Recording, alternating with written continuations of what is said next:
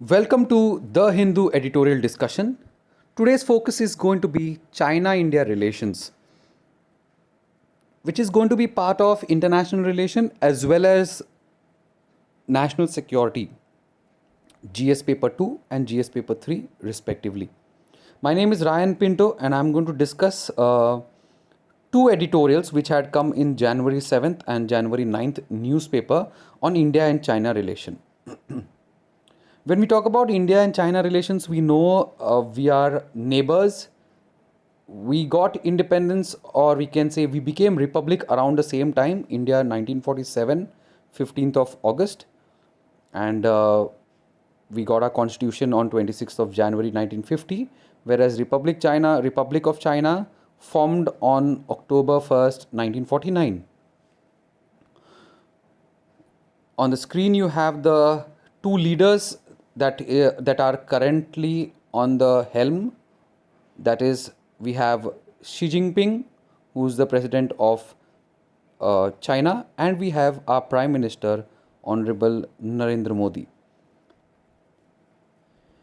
Now, the first editorial talks about the Navy, the Indian Ocean, and you can also say the extended neighborhood of India, the Indo-Pacific region, India as well as the Indian Ocean as well as the Pacific Ocean.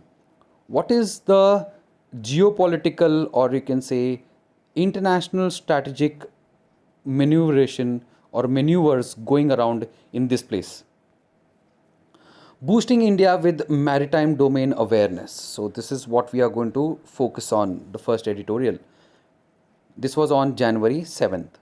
Beyond monitoring Chinese activity in the Indian Ocean, India's initiatives could help generate intra-regional synergy.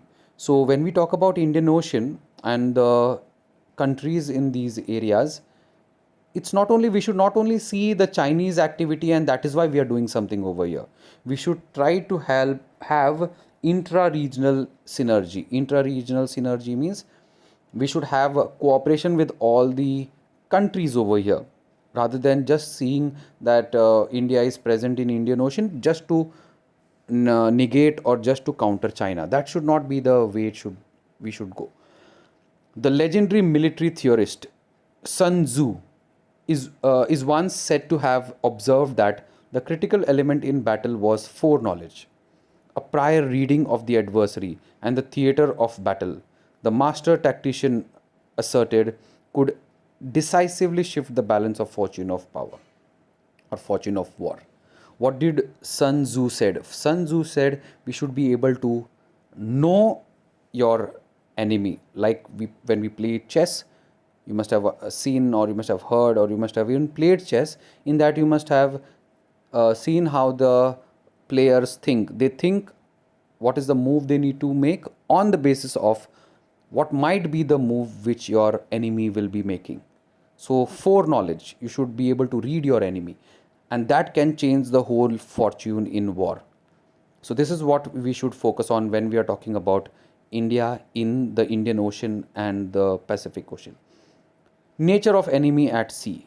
In modern time arena, war is a more complex proposition than in the days of Sun Tzu, but foreknowledge is still critical. Today, it is very difficult to go at war. In the second editorial also, we will be seeing it's not easy to just declare war and start fighting between countries. We are in the age of nuclear weapons. It will destroy all of us. But foreknowledge is very, very important. Foreknowledge again means knowing your enemy before the enemy takes the steps. Today, the enemy at sea is often unrecognizable. It can be terrorist, a pirate, a criminal, or a sea robber. An invisible presence that lurks behind regular actors such as fishermen and port workers. So, what is the challenge in the sea? The enemy is unrecognizable. It can be anyone. It can be a terrorist, it can be a pirate, criminal.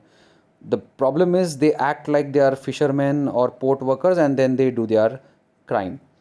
Law enforcement agencies today need to be a lot vigilant, highly reliant on high grade sensors and communication networks that observe, track suspicious movements, sharing information in real time. Practitioners describes this state of enhanced consciousness as maritime domain awareness. So understand, in the sea it is difficult to recognize the enemy. Secondly, the law enforcement agencies need to be very vigilant. They need to have sensors, communication networks, good intelligence, sharing information, and all these things needs to be there. So you must have seen in the oceans, we have got aircraft carriers, we have submarines, we have coastal ships, we have all the equipments, the radars and sensors, etc. Navy is seeking to expand India's surveillance footprint by setting up radar stations. So what is the Indian Navy focusing on now is radar. In Maldives, Myanmar, Bangladesh, Mauritius, Seychelles, and Sri Lanka have already integrated into the wider coastal radar chain network. Already, India has radars at Mauritius, Seychelles, Sri Lanka. So, if this is India, so you have Mauritius over here, Sri Lanka is over here, Seychelles is here, Madagascar is here. So, this is the Indian Ocean. This area is the Indian Ocean. So, you have to remember the Indian Ocean is a platform where India and China is trying to show their dominance, and we need to be ready to foreknowledge to understand what China is doing. So radars are needed. Maldives, Myanmar, Bangladesh, we are preparing now. Already Mauritius, Seychelles, Sri Lanka, we have got the radars. Indian Navy's efforts seem focused primarily on monitoring China's activity. In the Eastern Ocean region or Eastern Indian Ocean, particularly in the seas around Andaman and Nicobar Islands, since June 2020, when the Indian Army and the People's Liberation Army clashed in Galwan in northern Ladakh. Currently, what is India trying to do? India is just trying to monitor Chinese activity in especially near Andaman and Nicobar Islands, because China has got their radars and their bases in these areas. Indian maritime planners have been wary of the possibility of greater Chinese presence in the eastern littorals. So, the eastern part of India, so this is the ocean, Bay of Bengal, and you have the Andaman Nicobar. There is where our focus needs to be, and that is what the military is doing. And as you know, in Andaman Nicobar Islands, we have a integrated Eastern Command. Integrated Eastern Command means you have Army, Navy, and Air Force all together working in the Indian Ocean, that is Andaman Nicobar.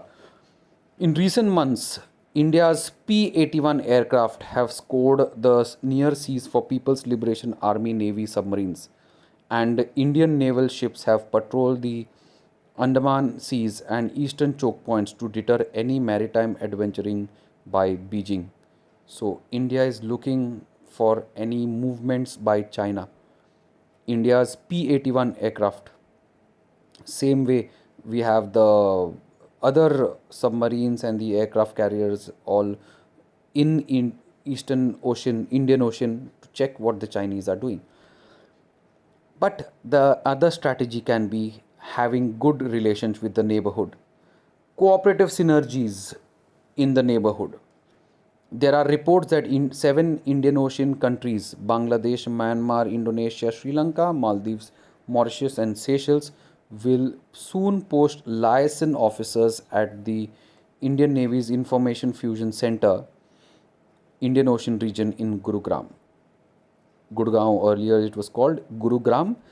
These 7 countries will post a liaison officer. Liaison officer means we can have good relation with these countries by exchange of information through these officers, and it is going to be in the Information Fusion Center.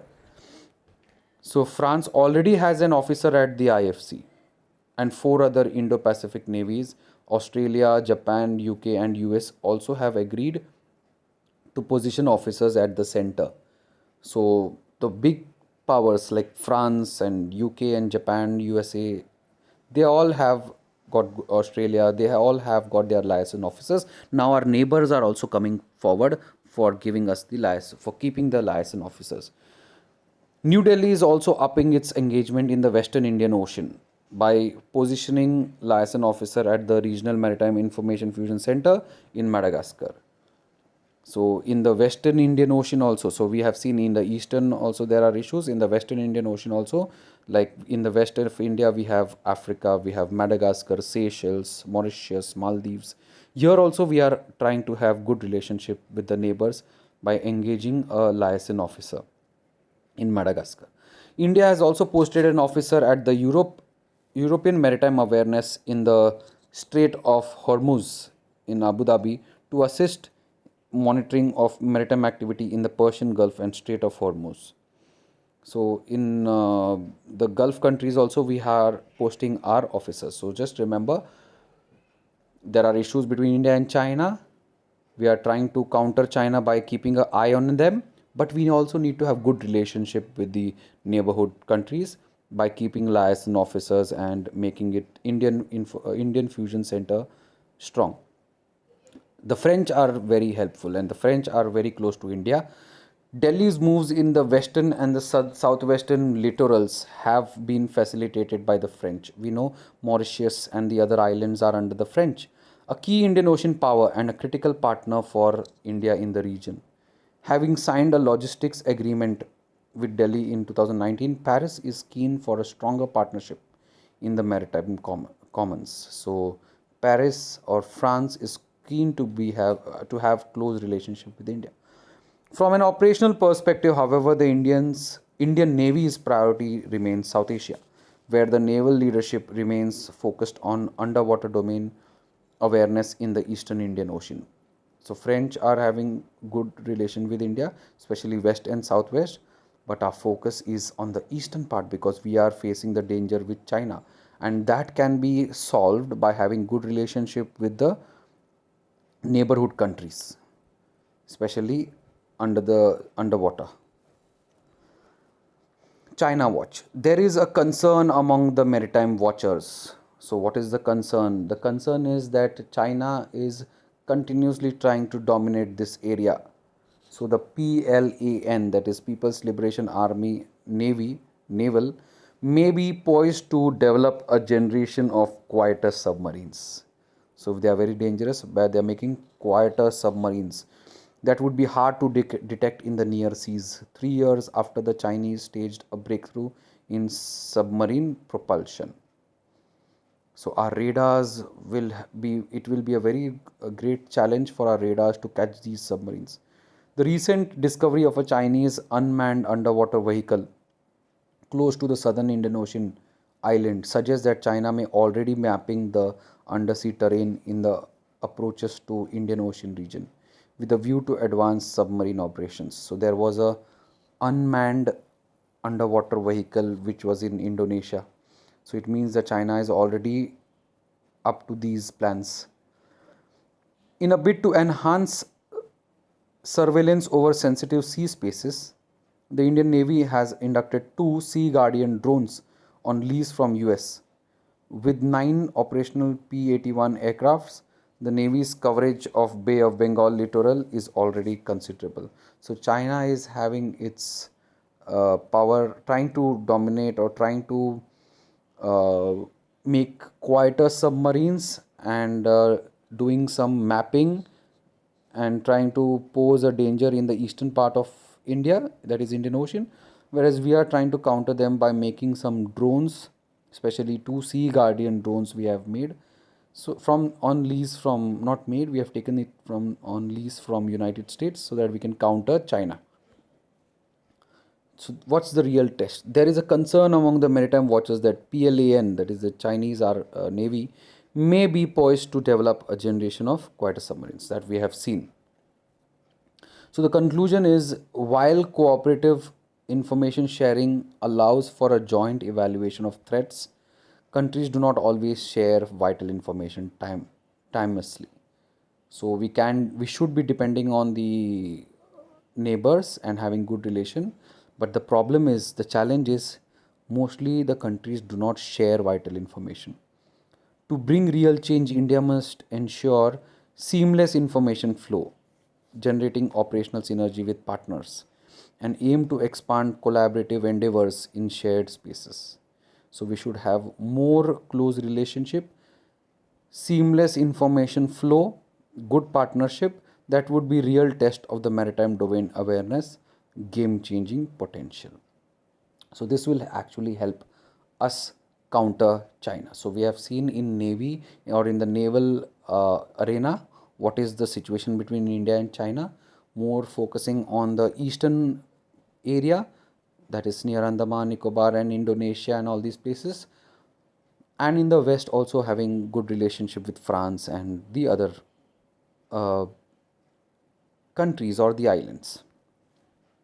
So the next we are focusing on India and China with relation to the Galwan Valley or Eastern Ladakh situation which happened recently. Again part of internal security and international relation. So on your screen we have India and China clashed together in the Galwan Valley in Eastern Ladakh region.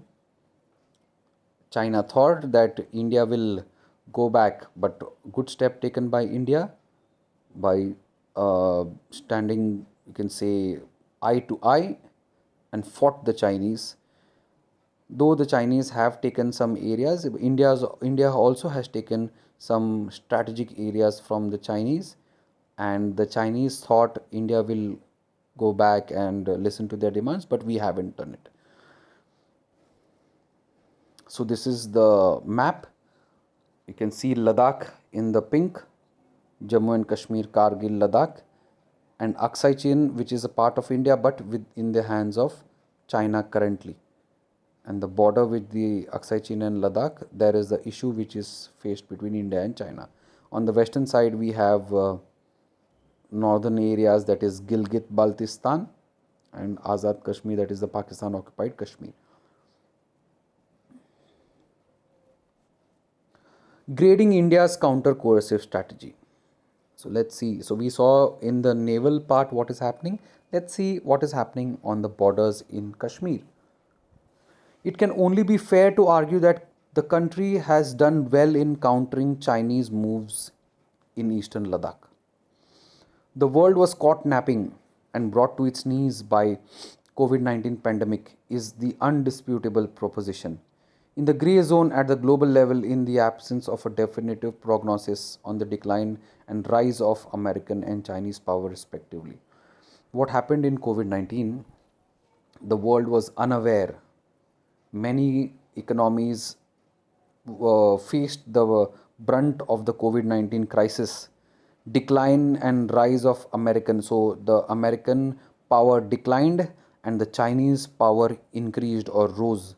The two heavyweights, USA and China, are jabbing at one another without any one of them being able to deliver the decisive knockout blow. So we are seeing USA had reduced and China increased. Both are fighting against each other without any decisive knockout blow. And this is the point where the middle level countries can now try to come forward and grow.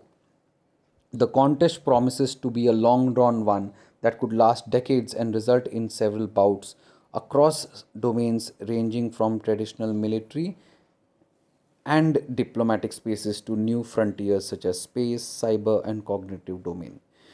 As the two powers engage in a strategy of exhaustion, middle powers such as India must see an opportunity to redefine their place in the world order.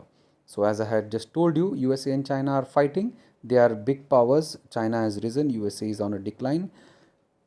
At this time, middle powers such as India should see them as an see the situation as an opportunity. Let's see what are the chances for middle powers. Alexander L. George, a pioneering American political scientist, is best known for his work on coercive diplomacy. So let's see what is the coercive diplomacy. It is instructive to benchmark the happenings in eastern Ladakh against four of his variants of coercive diplomacy. So he talks about coercive diplomacy. There are four things: gradual turning of the screw, try and see, tacit ultimatum, and full fledged ultimatum. So, in the Ladakh area, this is what Chinese have been trying to do. First, they gave a gradual turning of the screw by attacking. Try and see this. So, they are trying and seeing. They are not given a complete call for war. Tacit ultimatum means indirectly. and a full-fledged ultimatum. So till the tacit ultimatum part, China has done, not given a full-fledged ultimatum. Through May 2020, that sought to alter the existing status quo in eastern Ladakh. It did so in a progressive manner. So turning of the screw. This is called turning of the screw. What did they do? They came in eastern Ladakh so that they can change the status quo that much resembled the graduated turning of the screw, and then waiting to see India's response and then try and see. This was critical for the Chinese to decide whether it could replicate similar transgressions elsewhere along the line of actual control. So what did they do? They turned the screw and then they waited and they were seeing, try and see, so that they can do the same thing in the other parts of the border. Let's see what happened. In this phase of the crisis, India sought to engage in the mild forms of coercion that involved the building up of forces. So India did not go for a complete fight. India also started building up their forces across the border. The Air Force was brought in. It was also first time ever that the Indian Air Force could display its capabilities in Ladakh in all its roles, giving an indication that a serious demand was being made by India from the People's Liberation Army to restore status quo without an explicit threat or a time laid down by India. So India wanted to show that it is much more stronger. It wanted to be assertive. It wanted to stand in front of the army and face it eye to eye. And it also brought its Indian Air Force. Interestingly, as India's defensive posture was strengthened militarily, so did coercive contain its diplomacy. And then it didn't stop there.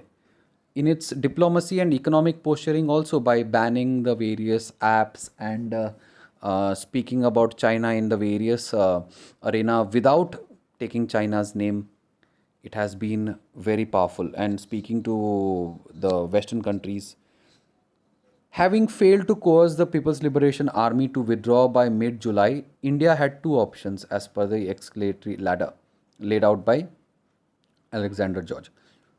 All this posturing by India, did it pay any dividend or does it give any result? Answer is no. But now India had two another options: issue an indirect or final ultimatum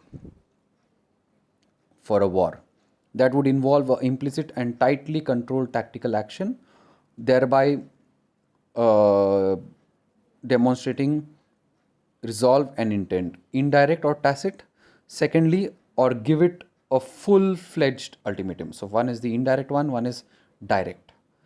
Direct one would have been a disaster. What did India play a role of, or which one did India choose? If avoidance of war and winning without fight lies at the heart of both Kautilya and Sun Tzu's approach towards statecraft, the PLA's, People Liberation Army's initial moves and deliberate Indian response confirmed to a predictable journey up the escalation ladder that stopped at the tacit ultimatum. So, what India did is it went for the tacit ultimatum, indirect ultimatum. It did not opt for war, but it gave a strong response, which the Chinese did not expect. And the Chinese stopped where they are. So, what was the motive was to get in more, but they could not. So, we have been able to stop them. You can't call it as a win or a loss, but we have been able to prove ourselves that we have stopped them. Equally applicable to the Eastern Ladakh crisis from Alexander George's repository of ideas are the psychological variables that impact the effectiveness of coercion, particularly the dangers of misperceptions and miscalculations under the stressful conditions of crisis. So, another thing that Alexander George talks about is the psychological variations. There can be misperceptions, miscalculations. Ringing true is also his emphasis on the importance of political leaders having good understanding of adversary leaders. So, a good thing about Indian political leaders are they are having good understanding of the enemy leaders, their mindsets and domestic constraints. So, we have also been able to tackle them psychologically, and our leaders know the enemy leaders and mindsets and constraints. Synergy in handling China. So we saw what is happening in China. We saw why the Chinese are doing it. Alexander's George Alexander's theory of the screw and wait and see and indirect ultimatum and final ultimatum. What has how has India responded? Let's see synergy in another positive point. In eastern Ladakh, however, the operational and strategic level, the Chinese engaged in significant overreach and did not expect the Indian Army and the Indian Air Force to mobilize in strength and their operational roles at high altitude with ease. So we have to give it to the Indian Army and the Air Force or the military who have done exceptionally well by standing up against China for facing them, and also the coordination between Indian Army as well as the Air Force in such high altitudes with the Chinese thought that Indians will not be able to do it. The comfort levels of Indian Army with absorbing attrition and offering an impactful riposte like one it did by occupying key heights overlooking People's Liberation Army positions. So another important thing was with comfort Indian Army increased the war without going for the final ultimatum and even occupied key positions which was important for the People's Liberation Army. Makes wonder whether the People's Liberation Army has lost the psychological high ground it gained in May. So they have not lost the battle, no one has won or lost the battle, but this is a psychological warfare. Have they lost the psychological warfare because their game was to catch all these areas which the Indian Army could not allow? On the other hand, Indian Army took those areas which were overlooking People's Liberation Army positions. At the strategic level, the refusal of India's political establishment to push the panic button in May and synergized politico diplomatic military approach by the Indians during negotiations have been welcome departure. So, three things important. First is the Indian Army and the Air Force were able to take key positions and did not back down. Second is the political establishment also did not push the panic button, and they were also able to counter China politically, diplomatically, militarily. In the diplomatic and military realms, India is a status quoist power. So, India actually in the diplomatic and the military realms, the Indians are or India is status quoist. Status quoist means it wants the same situation which it was earlier. Though we might say that Pakistan occupied Kashmir or the Chinese areas which of the Indian areas of the Aksai Chin which are under China, we will say that it is ours, but we have never gone militarily to take those areas back. So we are more of a status quo power, but the China is a revisionist power. This implies the history is testimony to the possibility that when faced with adversaries who are either irrational or revisionist, there is every likelihood of India initially being rocked onto the back foot during a crisis that involves either the application or the show of force. Response strategies to such situations are where there is much ground still to be covered. So, India, remember, is diplomatically and militarily a status quo power. We are not associated with coercion. We are we are more considered to be a status quoist, and China is more considered to be a revisionist. So this implies an history's testimony that whenever these adversaries attack India, there is likelihood of India initially being rocked back into the back foot, but later India is known for bouncing back. Response strategies to such situations are where there is much ground still to be covered. So, in conclusion, India has militarily recovered well, diplomatically played hardball, and strategically posted deftly, despite the constraints of ongoing pandemic. So, we had to face the rising China, plus we had to also face the pandemic. While it is too early to predict the trajectory of events when the snow melts, the Chinese have bitten more off than they can chew and could be looking for a face saving solution. So, still, we do not know where the whole situation will be. Chinese are still on some of the areas which were considered to be a disputed area. India also has taken some key points. When such a possibility emerges with the kind of power asymmetry, we know how China is very huge and very powerful, very aggressive. India was not considered so much, but we stood, and that is how it shows what we are made of. And India has been considered to be more successful. That exists between the two countries. It can only be fair to argue that India has done well in countering Chinese coercion in Ladakh with its own brand of counter coercion. So, this is all for China India relations, which is happening in the current affairs. Remember, the art and science of asking questions is the source of all knowledge. Thank you.